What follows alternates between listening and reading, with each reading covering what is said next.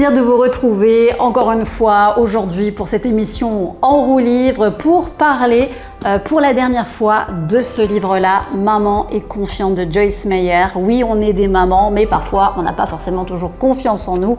Et je vous assure encore aujourd'hui, ce livre n'a pas fini de nous surprendre.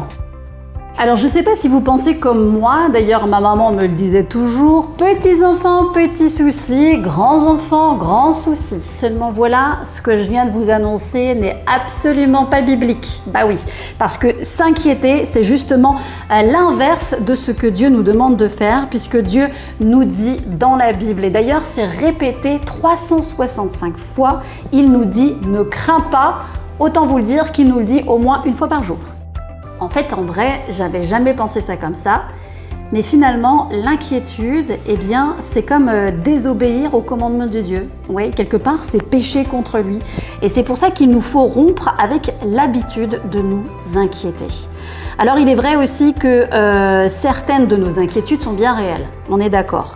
Et c'est pour ça qu'il est important de se référer à la Bible dans Philippiens, au chapitre 4, Dieu nous recommande de lui exposer tous nos besoins et de lui faire confiance pour le reste. Que si nous savons être reconnaissants pour ce qu'il va faire, il nous donnera une paix.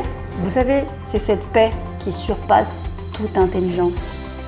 Alors vous savez, il y aurait tellement de choses à dire sur ce livre, sur toutes les anecdotes intéressantes et aussi finalement sur toutes les clés qu'on peut utiliser pour avancer en tant que maman. Mais j'avais envie de m'arrêter sur un sujet bien précis qui me tenait à cœur notamment aussi.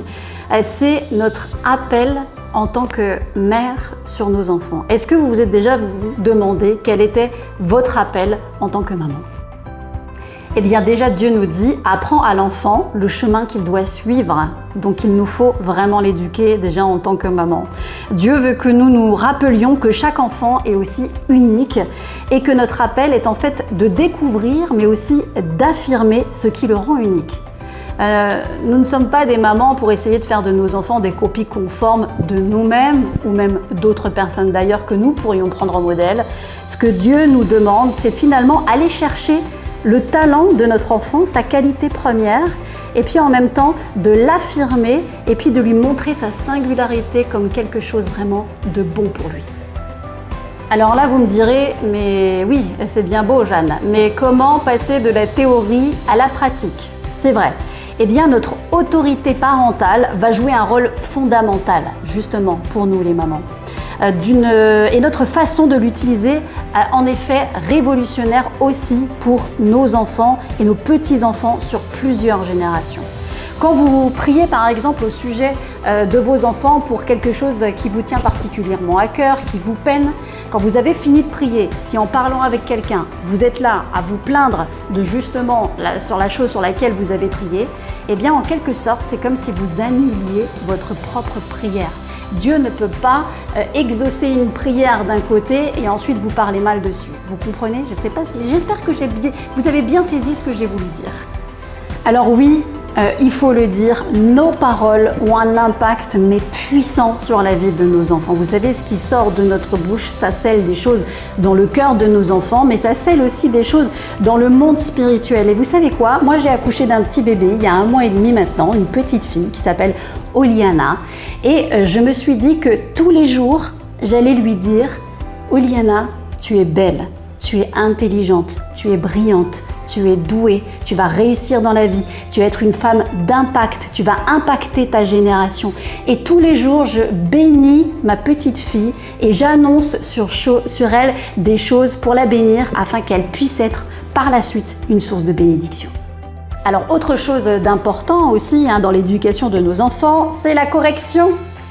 Aïe aïe aïe, de nos jours, dans la société dans laquelle on vit, quand on parle de correction, ça devient difficile d'aborder les choses, en effet.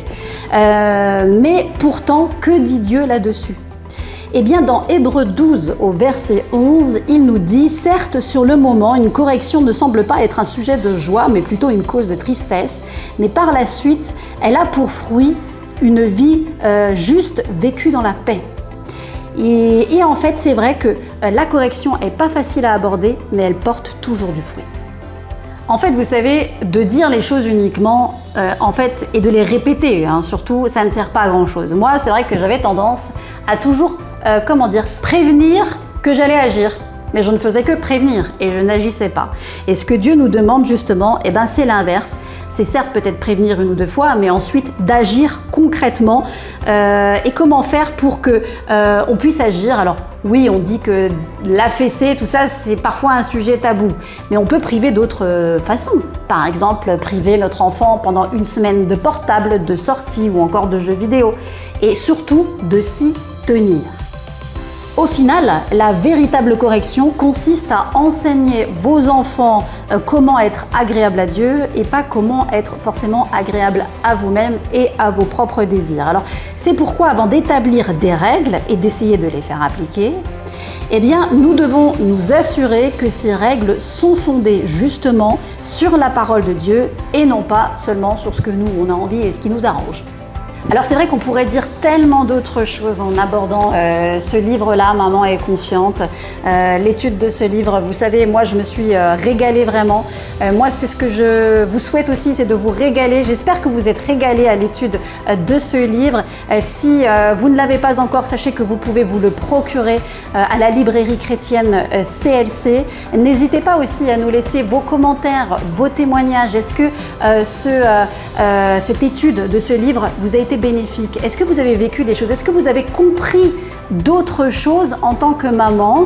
Est-ce que ça vous a déculpabilisé ou donné même des clés pour avancer de la meilleure manière?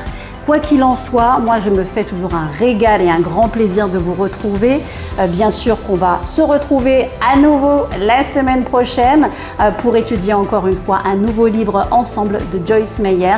Je vous souhaite de passer une très belle journée bénie. À vous les mamans, les futures mamans, je vous embrasse bien fort et n'oubliez pas, vous êtes une bonne maman.